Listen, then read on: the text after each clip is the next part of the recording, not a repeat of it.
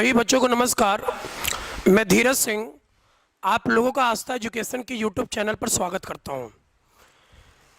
इस कोरोना महामारी के दौर में कई बच्चों की पढ़ाई डिस्टर्ब हो चुकी है और कई बच्चे केवल अपने फ़ोन में पबजी खेल रहे हैं। इसके अलावा उनके पास कोई भी काम नहीं है। जब भी देखो उनके हाथ में फ़ोन, इसके अलावा उनके पास कोई भी काम नहीं है इस टाइम में। तो अगर आपको डिफेंस में अपना फ्यूचर बनाना है ना, तो आपको पढ़ाई करना होगा, क्योंकि अगर एक साल में 5 लाख बच्चे डिफेंस में एग्जाम देते होंगे तो 4 लाख तो पबजी खेलने वाले होंगे और 1 लाख जो सीरियस होंगे वो अभी भी पढ़ाई कर रहे होंगे। तो जो फाइट होता है ना, वो केवल 1 लाख बच्चों में होता है। 4 लाख बच्चे तो केवल टाइम पास के लिए फॉर्म भरते हैं। कभी वो शिमला फॉर्म भर देंगे, कभी वो नैनीताल फॉर्म भर देंगे, कभी वो देहरादून फॉर्म भर देंगे। मान लो वो रहने वाले चाहे कानपुर के हों, चाहे वो प्रयागराज के हों, चाहे वो बनारस के हों, लेकिन उनके पास एक बहाना होता है कि मेरा सेंटर वहां पर आ गया कि घर से पैसे मिल जाएंगे और इसी बहाने हम लोग घूम लेंगे। तो इस एज में ऐसी चीजें आपके साथ होती हैं। लेकिन मैं फिर से आपको एक ही सलाह दूंगा कि ये जो एज है ना, ये जो उम्र है या फिर ये जो समय है, ये बार बार नहीं आता है। क्योंकि इस उम्र में जो एनर्जी होती है, आप मेरी एनर्जी खुद ही देखो कि इस उम्र में जो एनर्जी होती है ना, वो 35 साल, 40 साल, 45 साल के उम्र में नहीं होती है। जो इस उम्र में जुनून और जज्बा होता है काम करने का, वो 40 साल, 45 साल में नहीं रहता है। तो इस उम्र को कहीं पर गलत जगह समय बर्बाद ना करें, क्योंकि ये समय बार बार नहीं आएगा।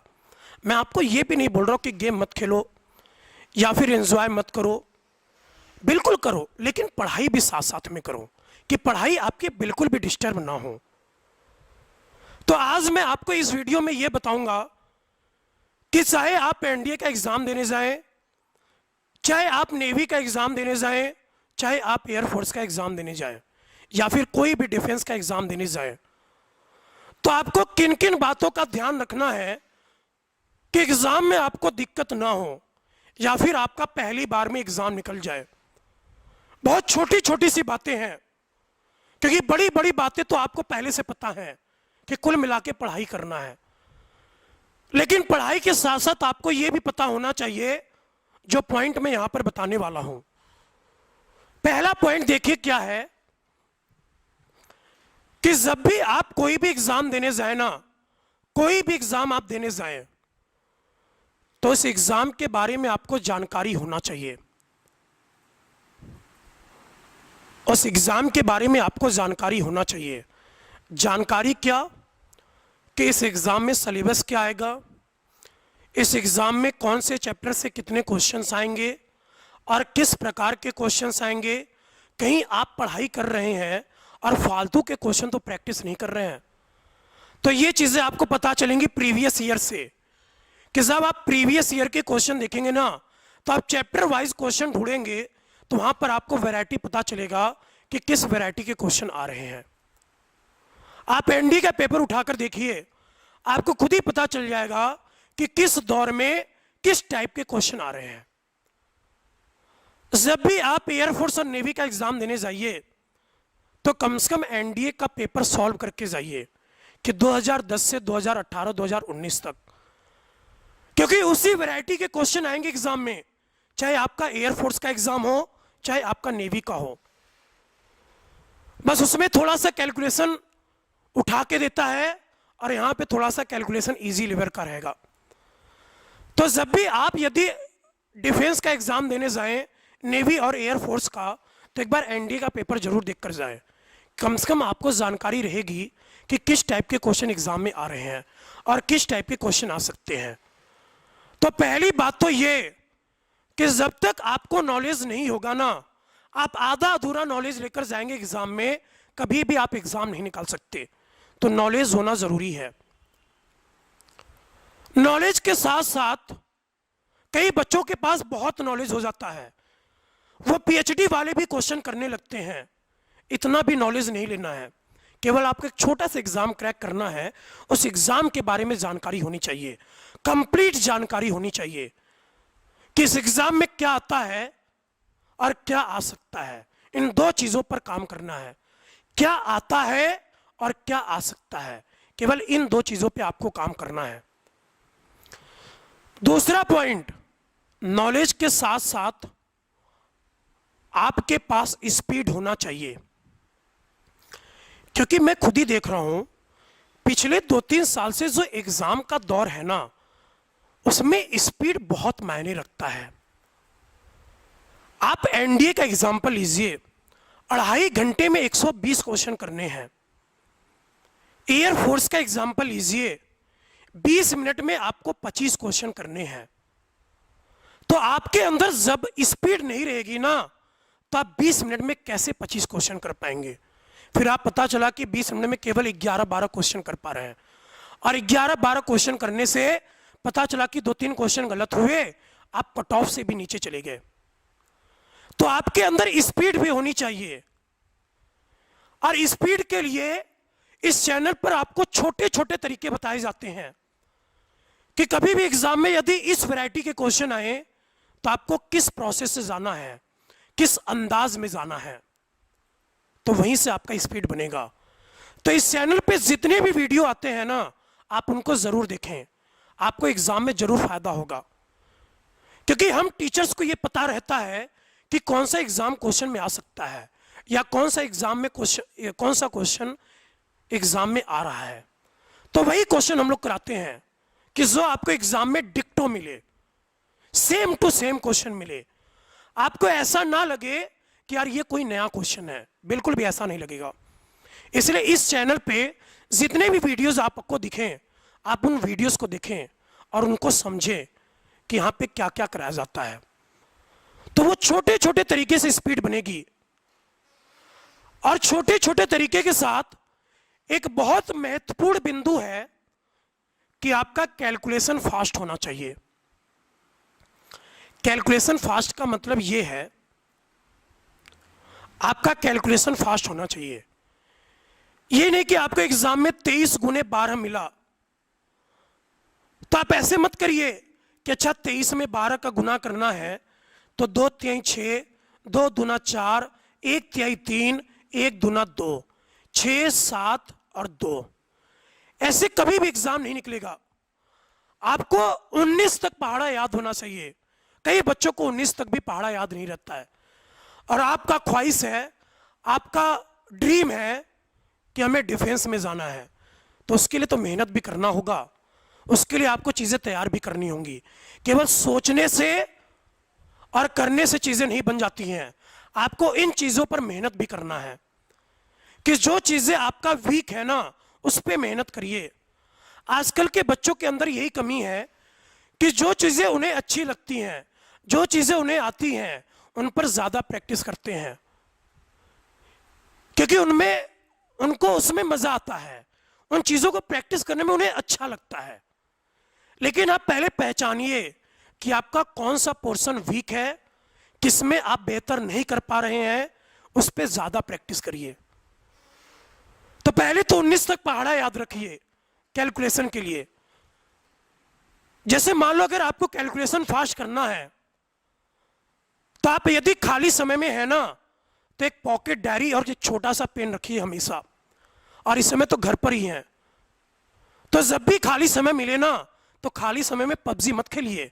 जितना दिमाग वहां पे लगाएंगे ना, इतना दिमाग यहां पे लगाइए कि आप कोई भी नंबर मान लीजिए अल्टरनेट, मानो मैंने दिया 9, 3, 4, 5, 6 ऐसे करके, तो आप ऐसे गुना करिए कि अच्छा 9 गुने 3 बराबर 27, 27 गुने 4 मिला तो 20 चौका 80, 7 चौक 28, 80 28 108, 108 गुने 5, 100 गुने 5 बराबर 500, और 8 गुने 5 बराबर 40, तो 540, 540 गुने 6, तो 500 गुने 6 बराबर 3000, और 40 गुने 6 बराबर 240, तो देखो 3240। तो ऐसे नंबर को उठा के गुना भाग करिए, आपका कैलकुलेशन खुद ही आ जाएगा। तो स्पीड आपका 2 तरीके से बन सकता है कि किसी भी क्वेश्चन के छोटे तरीके पता हो, कि आपको वहां पे ज़्यादा लिखना ना हो, और दूसरा आपका कैलकुलेशन सही होना चाहिए। स्पीड ऑटोमेटिक खुद बन जाएगी। और आप ये सोचेंगे कि कैलकुलेशन का वीडियोस देखें, तो बिल्कुल भी गलत है, क्योंकि कैलकुलेशन हमेशा क्वेश्चन के बीच में सीखा जाता है। कभी भी कैलकुलेशन का वीडियोस मत देखिए, वहां पे समय बर्बाद मत करिए। कोई भी क्वेश्चन हो ना, उसके बीच में सोचिए कि हम कहां पर समय बचा सकते हैं।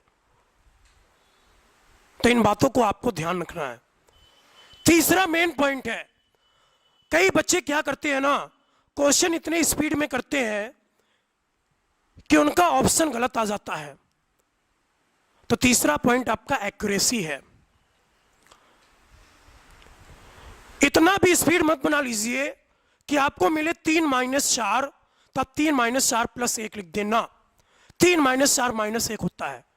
इतना भी स्पीड वहां पे नहीं बनाना है, क्योंकि आपको ऑप्शन में -1 भी दिखेगा और ऑप्शन में +1 भी दिखेगा।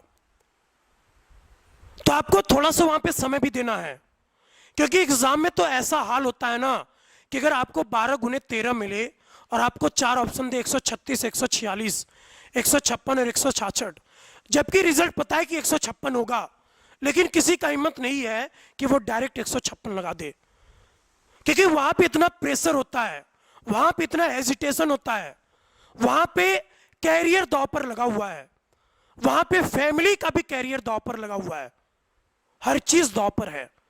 और इस बात को आप समझ नहीं पाते हैं। अगर आप अपने फैमिली के भी बारे में सोच करना कि घर वाले पैसे कहां से देते हैं या फिर वो इनकम कहां से करके आते हैं, अगर केवल इस बात को भी समझ लेना, आपकी तैयारी बहुत बेहतर हो जाएगी। केवल आप सोचकर वही मेहनत करें। तो तीसरा पॉइंट आपका यही है कि कभी भी एग्जाम देते समय आपको ऑप्शन का भी ध्यान रखना है कि कहीं आप तो गलत ऑप्शन नहीं लगा दिए, आपने पूरा सही किया लेकिन लास्ट स्टेप में आपने गलत कर दिया, तो आपको 1 नंबर नहीं मिलेंगे। 1 नंबर के बजाय आपको -0.25 आपके नंबर में और कमी आ जाएगी। तो आपको इन 3 पॉइंट का ध्यान रखना है कि एग्जाम, जो भी एग्जाम देने जाओ, उसका पूरा नॉलेज होना चाहिए। दूसरा बहुत महत्वपूर्ण पॉइंट है स्पीड। और स्पीड एक तरीके से और जा सकता है, जैसे नेवी का एग्जाम और एयरफोर्स का एग्जाम ऑनलाइन होता है। कई बच्चे क्या करते हैं, केवल चैप्टर वाइज क्वेश्चन प्रैक्टिस करते रहते हैं। आप मॉक टेस्ट भी दीजिए, जैसे फोन में गेम खेलते हैं ना, तो गेम के बजाय आप मॉक टेस्ट दीजिए, वो फायदा करेगा आपके कैरियर में। वो गेम आपके कैरियर में फायदा बिल्कुल भी नहीं करेगा। तो स्पीड लाने के लिए आपको मॉक टेस्ट भी देना जरूरी है, क्योंकि ऑफलाइन एग्जाम नहीं है, ये दोनों एग्जाम आपके ऑनलाइन है, केवल एनडीए को छोड़कर। तो गेम खेलने के बजाय वहां पे मॉक टेस्ट दीजिए। अदर वीडियोस देखने के बजाय, ये नहीं कि इसमें एक वीडियो पता नहीं क्या क्या आजकल है, मौज वीडियो, ये सब देख रहे हैं लोग, वही स्टेटस पे लगा रहे हैं। पता नहीं कैसा चल रहा समय कि बच्चे को पता ही नहीं है कि हमें करना क्या है। बस पूरा डेटा और पूरा समय इन्हीं सब चीजों पे बर्बाद करना है। पता नहीं कैसा समय आ चुका है। पहले के जमाने में फोन नहीं था, लोगों को पता भी नहीं था कि ये सब चीजें भी कुछ होती हैं। इसलिए आजकल के बच्चे अपने रास्ते से बहुत ज्यादा भटक जाते हैं। तो आपको इन बातों पर ध्यान रखना है। ऐसा मैं नहीं बोल रहा हूं कि इन चीजों को छोड़ दो, क्योंकि ये एज भी बार बार नहीं आएगा। आप इंजॉय भी करिए, 24 घंटे में 2 घंटे आप इंजॉय भी करें, लेकिन 22 घंटे में तो 15 घंटे, 16 घंटे, 12 घंटे, 13 घंटे, 10 घंटे तो पढ़ाई करें। अगर सीरियस होकर 6 घंटे भी पढ़ाई कर लिए ना, तो आपका कोई भी एग्जाम ऐसा नहीं है कि वो ना निकले। आप कभी भी सोते समय एक बार खुद से पूछिएगा, जब भी आप सोने जाते हैं डेली पूछिए कि आज आपने क्या किया, आज आपने अपने कैरियर के लिए क्या काम किया है। आपको खुद ही अपने आप से जवाब मिलेगा। मेरे को समझाने की जरूरत नहीं है, ना किसी और से समझने की जरूरत है। आप खुद इतने मैच्योर हो चुके हैं, खुद इतने समझदार हो चुके हैं कि अपने बारे में आप खुद समझ सकते हैं कि आप सही रास्ते पर हैं कि आप गलत रास्ते पर हैं। एक बार खुद से सोचिएगा, खुद से पूछिएगा कि आपकी तैयारी कितनी बेहतर है, क्या आपका इस तरह से एग्जाम निकल सकता है। अगर आपको लगे कि तैयारी बहुत बेहतर है तो 4-5 मॉक टेस्ट देकर देखिए, आपको खुद ही पता चलेगा कि आपकी तैयारी किस लेवल पर है।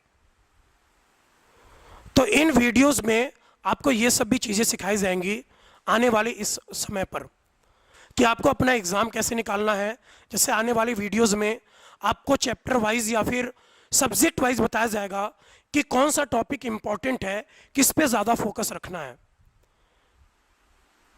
तो इस महामारी के दौर में अपने आप को भी सुरक्षित रखें और अपने घर वालों को भी सुरक्षित रखें। और ये जो वैक्सीन है इसके लिए रजिस्ट्रेशन भी करवा लें, क्योंकि आपको भी वैक्सीन लगवाना है और घर वाले को भी बताएं कि वैक्सीन कैसे लगाना है। तो इन्हीं बातों के साथ इस वीडियोज़ में इतना ही, और पढ़ाई आप करते रहिए। लास्ट में यही बोलूँगा,